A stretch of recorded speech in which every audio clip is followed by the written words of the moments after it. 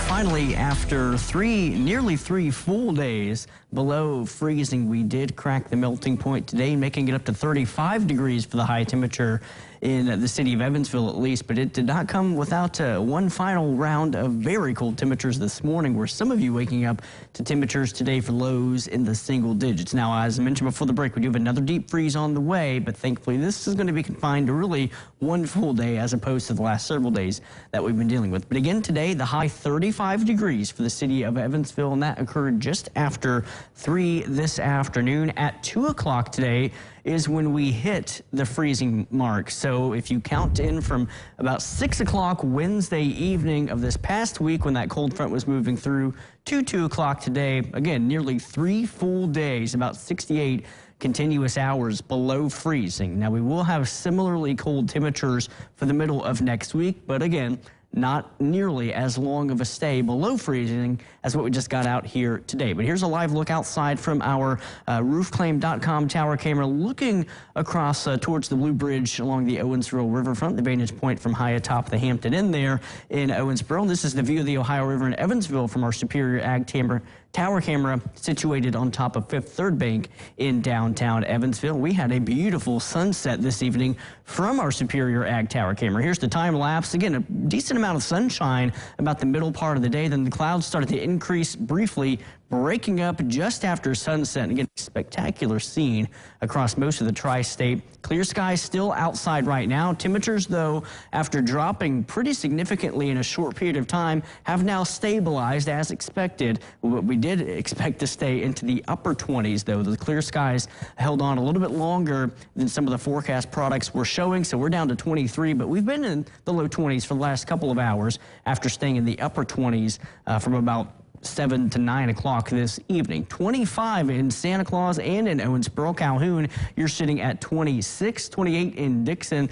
Across the Wabash River, 27 Carmi, Fairfield at 28, and then Princeton coming in at 26 degrees. So we're really not going to be seeing much more of a drop in those temperatures as clouds are beginning to move back into the region from northwest to southeast. No precipitation, though, at this time. I do think many of us will stay very quiet over the course of the next several days, but a few of our far northeastern counties tomorrow morning could see a flurry or two as the system starts to progress from the northwest, again, diving down to the southeast. You can see a little bit of that precipitation on the corner of your screen there, but the clouds are moving in first. They're going to be moving into our northwestern counties in Illinois first, crossing into southern Indiana and western Kentucky tonight. So we will likely wake up to mostly cloudy conditions. And again, some of you, especially east of Highway 231 in southwestern Indiana, could be on the far southern edge of this Clipper system to see a few flurries early tomorrow morning. And then a similar setup comes our way by Monday morning.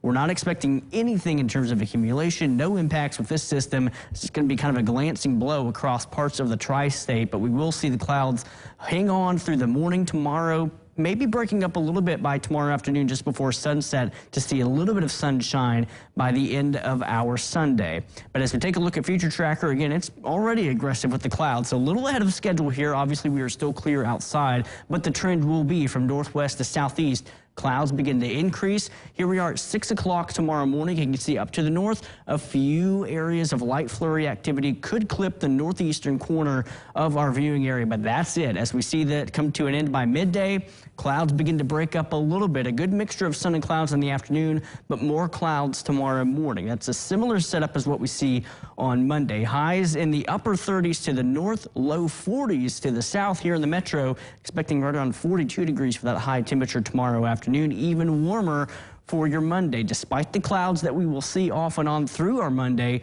strong southwesterly winds will get us into the mid to upper 40s. Definitely the pick of your 7-day forecast, but a few spotty rain showers, some sprinkles possible for some of you. Kind of the same placement, north and east of Evansville, better chances, but the clouds are going to hold on before breaking up with high pressure in the middle of the week, but that's when we see that next big cool down on the way as well. So temperatures in the low to mid 20s right now. Again, we're really not going to drop much further than that for your overnight lows by daybreak tomorrow morning. Highs ranging from the upper 30s to low 40s for tomorrow. And again, that 7-day forecast showing Monday the warmest of the next several days, mid to upper 40s, with that slight chance of a early morning flurry, maybe a midday sprinkle as well.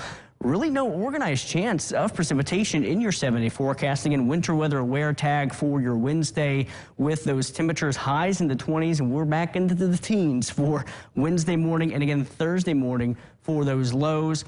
Possibly a system could bring some rain, depending on the timing with those temperatures, maybe some snow flurries mixing in as well. But at this time, it doesn't look to be really much of anything at this moment. But again, Ryan, we will watch that very closely. Overall, though, very quiet and calm for the next several days here across the tri-state. I'll take it. Thank you, Cody.